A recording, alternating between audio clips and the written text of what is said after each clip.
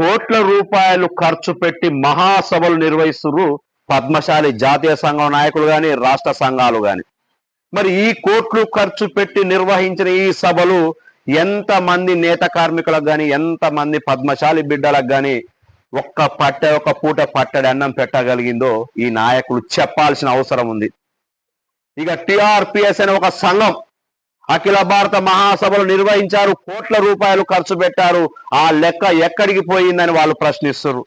ఆ దాతల వివరాలు బహిర్గతం చేయాలని ప్రశ్నిస్తుంది. మరి ఈ అఖిల భారత సంఘం నాయకులు కానీ ఈ పద్మశాలి సంఘాలు కానీ ఈ దాతల పేర్లు ఎందుకు బహిర్గతం చేయలేకపోతున్నాయో ఈ అఖిల భారత సంఘం జాతీయ సంఘం నాయకులు చెప్పాల్సిన సమయం ఉంది.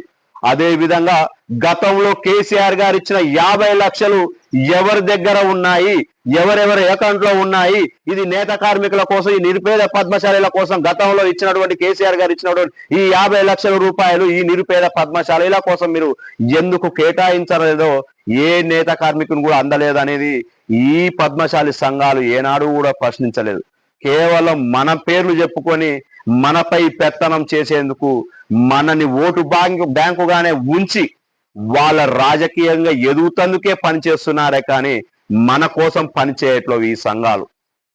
అలా పని చేసినట్టయితే ఈ రోజు నేత కార్మికులు దాదాపు 30,000 నుంచి 38,000 మంది నిజమైన అర్హులు ఈ తృప్తి పన్ను స్కీమ్ లో చేరలేకపోతున్నారు.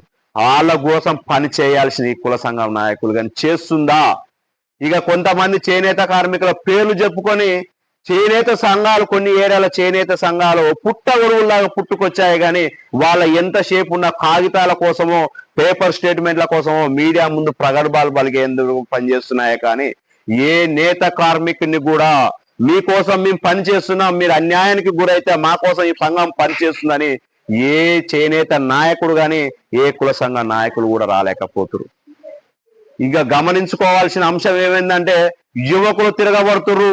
వీళ్ళ కోసం పనిచేసేందుకు కొంతమంది జర్నలిస్టులు కూడా పనిచేసేందుకు ఈ రోజు నడుము బిగించిర్రు.